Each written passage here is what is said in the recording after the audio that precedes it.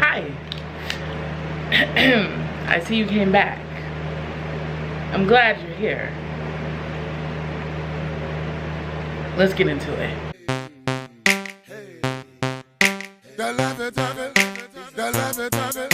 And first of all, just ignore, what's going on all up over here. We just rolled straight out of bed. And in the words of Auntie Tab, that's my business. So yeah, we're just gonna get right into it. And today we're gonna be talking about how to disarm racism in social work practice. And so in this video, I'm gonna be talking about 5 different things that you can do as a social worker or future social worker to take part in this initiative. So let's get into it. And as I like to do, before we jump into anything, I like to give a little bit of background. And so first we're going to talk about what racism is in the first place, and then what it means to be anti-racist. And I'm sure you're like, girl, I know what racism is. Either it's your lived experience, or you've witnessed it somewhere, or you just think you know. And I bet you do. I'm sure you do. But we're going to talk about it anyway. And then we're going to talk about what it means to be anti-racist, because I think that's where it gets a little bit tricky. And so to start, I just want to say that race is a social construct, right? Something that was created, like time or beauty standards that we have. However, the experience of racism is something that is really real. And what that is prejudice or discrimination against someone based on the color of their skin. And what we often see happen, which is where that ism piece really comes in, is that folks belonging to those marginalized identities. So someone that looks like me, Black, African American. We also see this within the Latino community. And really essentially that just goes for anyone that does not belong to that dominant identity of white. And so what we see is that folks who belong to these identities and these communities have a much greater experience of inequity and social stress. And so this is that experience of racism. It's important to note that there are different types of racism. And so when you hear racism, I want you to take a minute actually. When you hear racism, what do you think about?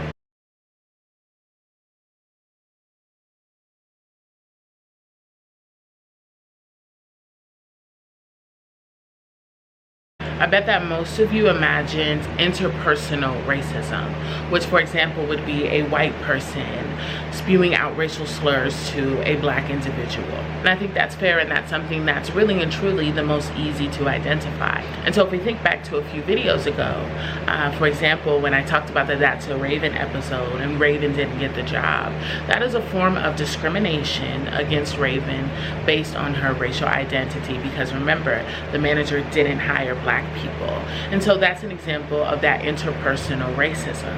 However, what we often talk about a lot within these larger programs or in school, but less so often within our everyday lives, or that we see in our everyday lives, are the other 3 ways in which racism manifests within our society. And so we have institutional, structural, and then internalized racism.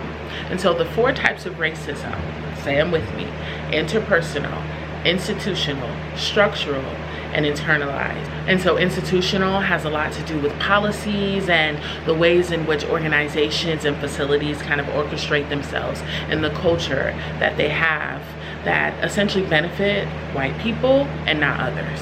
And what's unique about this is that sometimes it can be on purpose and sometimes it can be inadvertent. And so, for example, I took a course a few weeks ago on environmental justice. And something that came up a lot was racism and classism, and the ways in which the communities actually that are here in Michigan, not too far away from this prestigious, predominantly white institution that I go to, are impacted by environmental justice. So something such as building a complex near factories or wastelands that is impacting the quality of air, causing asthma, things like that in predominantly Black communities would be an example of institutional racism. And whether it's on purpose or not, I guess we'll never know. However, doesn't matter because the impact is still there. Then we have structural racism, which also trickles down from interpersonal and institutional racism. But this also incorporates a large piece of our history, specifically here in America, in that the narratives and things that we have created around race have trickled down for all of these years. And we incorporate things now today, like the media. Things are just kind of perpetuated into this structure that we have within our society. And so it's kind of like institutional racism multiplied a million times. We have internalized racism, which is someone belonging to that marginalized identity / community, internalizing those racist stereotypes, beliefs, values, behaviors, etc. And it's extremely unfortunate when it happens, but it does happen. And this kind of goes back to that point of experiencing that social stress and that inequity. And so something that I would argue is a part of this is a sense of learned helplessness, really, and that you keep trying, right? But there's these structural barriers, these institutional barriers, and these interpersonal barriers are kind of keeping you from excelling within this society that ultimately is set up for us to fail, right? And so internalizing some of that is natural. It's not uncommon. So just imagine if you are someone watching this that belongs to a dominant identity. Imagine this long history of disempowerment and disenfranchisement. How would you feel? Exactly. To provide you an example of internalized racism, I'm not even going to say anything. I'm going to insert this clip here. I mean, well, I don't have any issues with myself necessarily. I feel like black people should just be put in a different place. Let's say that, because I'm not going to say anything too extreme because I know they're around and they get all angry and stuff. And black people are very chaotic. Let's take that out of it. Let's take that out of the conversation. And so now that we've talked about what racism is and the different ways that it can show up in our society, remember, there's 4 types of racism. Say it with me: interpersonal, institutional, structural, and internalized racism. Now that we know this, we want to move into a space, into a world, into a society, however you want to name it, want to call it, where we can be anti-racist, right? Because what's the reason? Oh, okay. And so then it's important to talk about what it means to be anti-racist. And I think what I see oftentimes, and what has really been unfortunate, because I see this in the program that I'm in as well, is that many people think that to be anti-racist, anti meaning against, that it's just the phrase "I'm not racist," right? And okay, there's more to it though. So essentially, in my what am I trying to say? So essentially, in my eyes, in my viewpoint, and the way that I have been learning it, to be anti-racist is this ongoing process of learning and unlearning the things that you have been taught about race. And it's those continuous actions to oppose against racism, which may include something, for example, like political advocacy and trying to change the systems that are heavily embedded within racism. They thrive off of racism and being racist. And so to be anti-racist is not just to say I'm not racist, right? Or I love everybody. It's about what you're doing as well, and that ongoing continuous process of continuing to do that is to be anti-racist, right? You can't just wake up one day, post on your social media, and now all of a sudden you're anti-racist. It's not how it works, people. It's about how you're continuing to show up every day. And so now that we know what it is to be anti-racist, what racism is, the different ways that it manifests itself in our society and impacts folks belonging to marginalized identities, what can we do about it as social workers specifically? And the first thing that I will say, which is ironic because it has say in it, but the first thing that I will say is say less and do more. You know how people be like, say less, bet. That's what you need to be doing. Say less, do more. It's about the actions that you're taking, the steps that you're taking. And so when you do not have to be directly impacted by something every single day, it's really easy for you to ignore those issues. So for example, I took a course on inhumane immigration policy a few weeks ago, and I was left speechless at how ignorant, essentially, like, we're just gonna call it out, I've been very ignorant to the situation and the experiences of immigrants and the ways in which immigration policy is fucked up. Like, if we're just gonna be blunt about it, it's fucked up. And so that's because that's not an area of my life that I am being directly impacted by every single day, right? And so there's this video, actually, and the question was, when you wake up in the morning and you look in the mirror, what do you see, right? I see, for me, a black woman. And that just is what it is. And then it trickles down into other things, right? I'm plus size, all of these things. Or maybe I didn't like my hair when I woke up, which again goes back into the black experience sometimes. And so all of these things, right? And so if you are someone that is waking up every morning in a white body, because that's what you're gonna be doing if you're white, I encourage you to think about that, right? And what that means for you every morning that you wake up. And so if I'm looking in the mirror every morning and I'm seeing this black woman, who's beautiful, by the way, she has her days, but she's beautiful, by the way. But when I go out into the world, other people see the same thing, right? And they treat me differently because of that. And so if that's not something that you're being directly exposed to every single day or having to feel the weight of every single day, it's easy for you to ignore it. And it's also easy for you to get on your social media or talk in your friend groups and just be like, I'm not racist, I'm not racist. I love your skin, I love your hair. Can I touch your hair?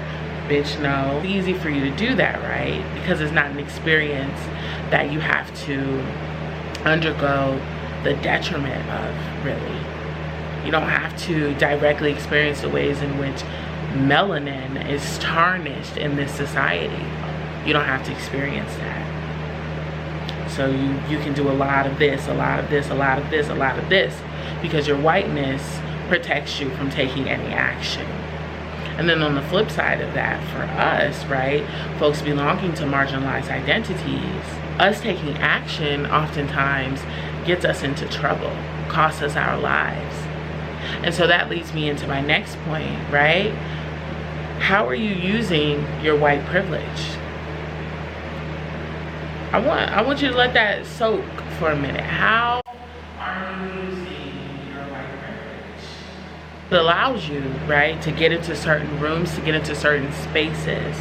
But then what are you doing once you get into those spaces? If you are truly not racist, how are you utilizing that to positively impact the lives of marginalized communities? And I feel like if you're not doing that, you can't call yourself anti-racist, right? And so thinking of something such as law, right? A lot of y'all, well, a lot of white folks, and I don't know who's watching this and who's not, but a lot of white folks make up our political system. A lot of them. And a lot of them are men. And so that's another layer there too, right? When we bring in gender and sex. But a lot of y'all are white. And you're using your power, your authority in all the wrong ways. You're using it to continue, right? Remember when I said the systems benefit from racism? We benefit from having poor people. We benefit from treating black people like shit. That's just the world that we live in, right? But if you want to walk around and scream, I'm not racist, I'm not racist, what are you doing to rebuttal that? What are you doing to stop that? How are you using your white privilege? If you want to go to a protest, right, where are you standing? And I'm gonna let that marinate, and I just want you to think about it. It's just a question that I want to pose. And so then from that, with letting it marinate, my third thing is to self-reflect. I think oftentimes we get defensive, right? And I think everybody's guilty of this, no matter what race you belong to. But and specifically when we're talking about race, and specifically when you belong to a dominant identity, when you are a white person and someone calls you out on your shit, it's easy for us to get defensive. Or when we're in class, it's easy for you to just be quiet, to just say nothing, right? Oh, I was afraid, or I didn't want to offend anybody, I didn't want to be attacked, it felt unsafe, which that's a whole nother conversation, right? I think we talked about that a little bit last time. But self-reflect. What does this mean for me? When I'm having these reactions, what does this mean? And then I also encourage you to think about something that we call implicit bias, which essentially just means that we are all products of our environments, the environments that we have been raised in, right? And so there are these unconscious pieces that sometimes come up, or they transcend through our behaviors, and we have those moments where we're like, what the hell was that? Or why did I think that? Why did I just do that? And we're all products of our environment. And so it doesn't make you a bad person, right? But it's what you do after that. Okay, are you sitting with yourself? Are you reflecting with yourself of, why did I say that to that client? Or why, when this client walked in, did I feel like that? Why did I tense up? Why did I do this? Why did I do that? Right? Having that moment of self-reflection and asking yourself why is crucial. So again, thinking back, right, to another video when we talked about the racial microaggressions and how to kind of intervene, asking, okay, well, why do you think that? Or what do you mean by a boy like him, right? Allowing for that time, that space to be like, oh shit, that was messed up. Okay, and then it's what you do after that, what you do with that, what you've learned from that, okay? And it doesn't take away from the impact or the harm that you caused, right? But it's a step in the right direction. So it doesn't make you a bad person or anything like that. And that's where we get kind of all mixed up, of where we think that all of these things make us bad people, which are there some interesting people in the world? Are there some outright racist, low down dirt? Yeah, there are. And also too, I will say, as a white person especially, it's in your DNA. It's in your DNA. And so it's on you to break those patterns, okay? So again, self-reflection. Take some of those implicit bias trainings, all right? Things like that. Journal, okay? Do what you gotta do. And with that, that moves me into number 4, right? How are you acting when you're at home? Gotcha again, didn't I? It's important that you're not just practicing these things when you are in a space where you're supposed to be doing it, right? Or like when you're meeting with your clients, like, yeah, I'm gonna this, I'm gonna that. No, it has to be. Remember, to be anti-racist is to be ongoing, continuously disarming those racist systems, opposing against racism. It's continuous. And so it matters when you leave the office. It matters when you leave the workspace. It matters when you go home as well. So how are you acting when you're at home? What are you saying when you're at home? Are you still reflecting when you're at home, right? How are you talking to your family? Or if one of your kids, if you have kids, one of your kids or one of your family members says something racist, are you calling them out on it, or are you laughing and rolling with it? Okay, how are you acting when you're at home? That matters. And really and truly, I'd argue that that matters more than anything. Okay, because that's the scary part. You don't know how people behave when they're alone or when they're behind closed doors, right? Because somebody is smiling in your face all day long. And so if you truly want to be anti-racist, it matters how you're acting at home as well. It matters how you're calling out your racist ass uncle or your racist father, right? That matters. And then finally, support the community. Again, I said, say less, do more. You take that as you will. But a part of that, right, if we go back to, I'll put it here, but those principles of Kwanzaa, and one of them being collective work and responsibility, yeah, that directly ties to the Black community, right, and our experiences with each other. But also too, I mean, if we're all supposed to be, as social workers and as future social workers, on this journey of anti-racism and creating safe spaces for marginalized identities. Safe, because remember what I said, safety first. If we're on this journey of doing that, you have to support the community. You have to get out there. You have to take action, right? Buy Black, support Black businesses, expose yourself to the community and the hardships that are being experienced by the community. And I don't want you to take that and think that I mean something that I don't, especially because when I talk about exposure or learning things or knowing things, this is not in any way mean to put the burden on your Black friends or your Black husband. And so I have Black friends, my husband's Black, my children are mixed. I'm not gonna cut it here. It's just not. That's not the exposure that we're talking about, okay? No, honey. It's not gonna cut it. We're talking about being on the front lines, reading books, participating in those trainings, joining webinars, right? Anything that you can do, following Black activists, right? Taking a look at the history that you have the privilege of being ignorant to, okay? Exposure is a start. And I encourage you to do that in whatever capacity, whatever way that you can, that feels like a good place to start, okay? And again, when things come up for you, it does not mean that you are a bad person, per se. It just means that racism, as I said, is in your DNA. It's a part of your history, your ancestors, okay? But remember, to be anti-racist is this process of learning and unlearning continuously. So let's walk through them again. Say less, do more.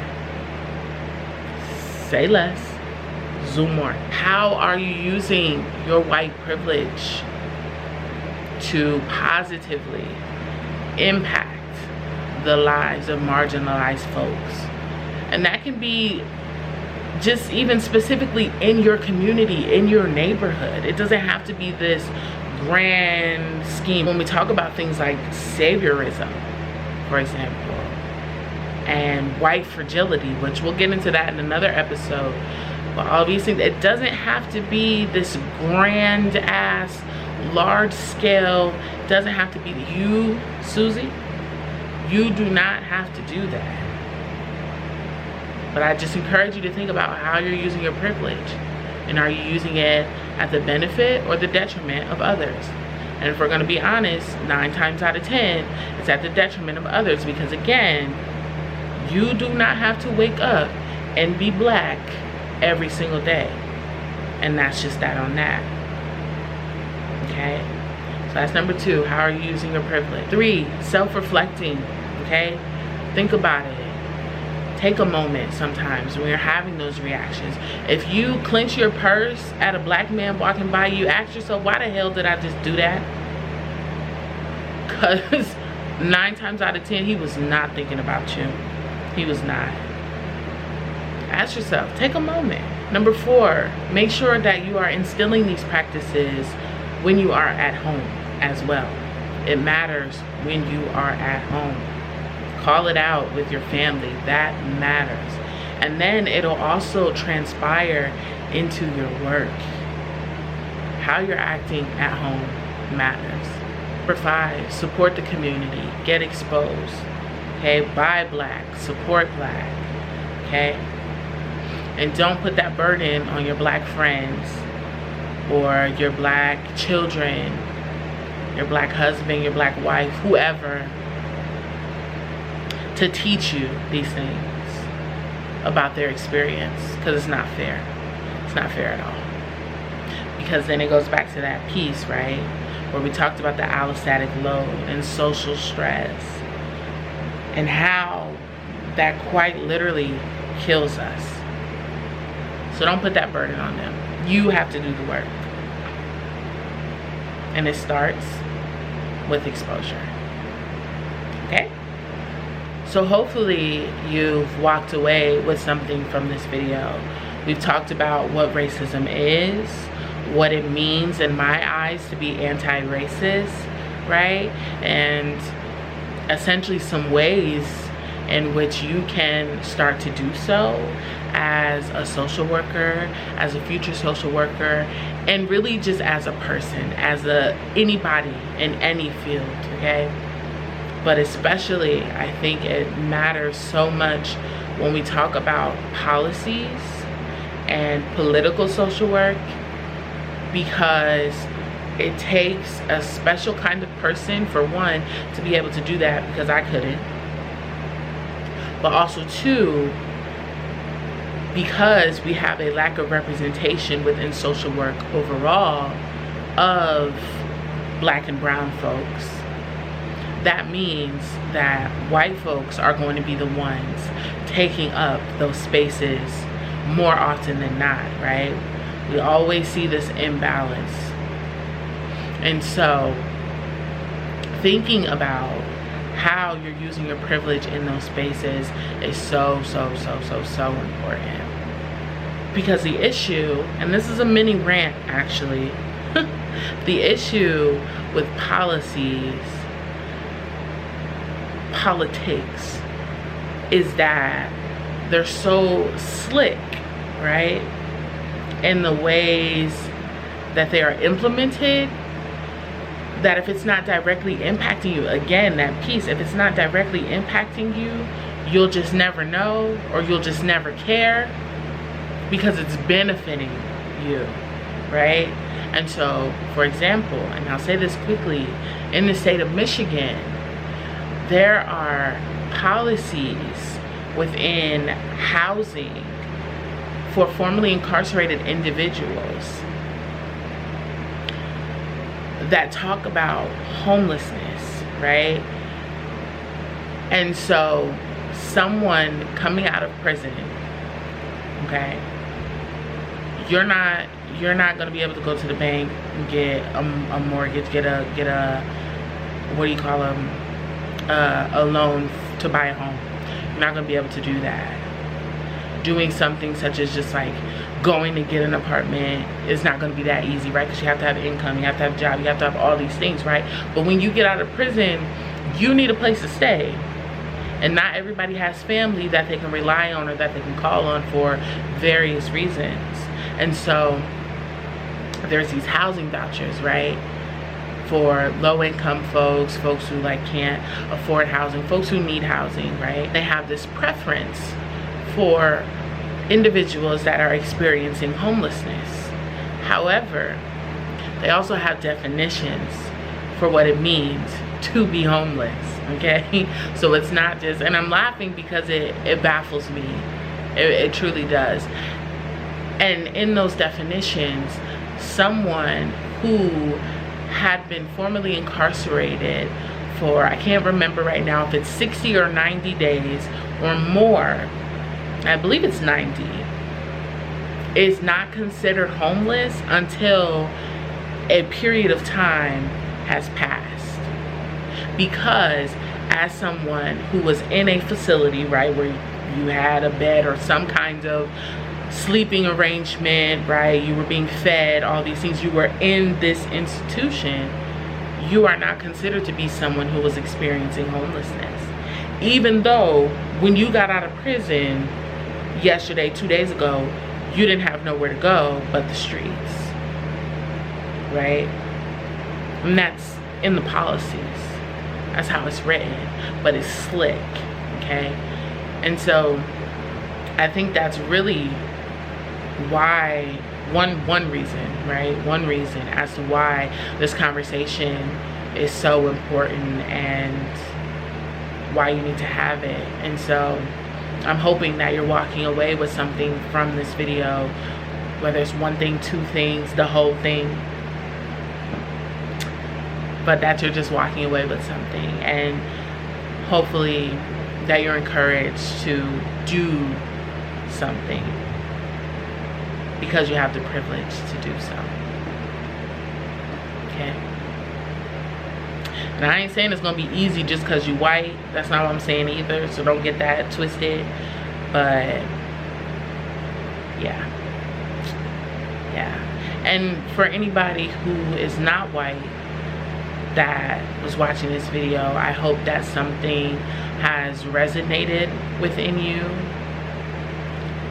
and I hope that you are able to trust the white folks in your families and your environments, and because it's scary out here, y'all. It's scary. But just remember, exposure is a start, and I think that goes for anything, really. Exposure is a start. You don't know what you don't know until you realize that you didn't know it. So exposure is a start. Get out there, do something, say something, be something. I love you, and hopefully this was helpful. Okay, I wonder, what should we talk about in the next episode? I don't know. I guess we'll see. Damn. All right, peace up here. Shake that laffy taffy, girl, shake that laffy taffy, that laffy taffy, that laffy taffy, that laffy taffy. I'm looking for Mrs. Bubblegum, I'm Mr. Chico Stick. I wanna dun dun dun. Oh.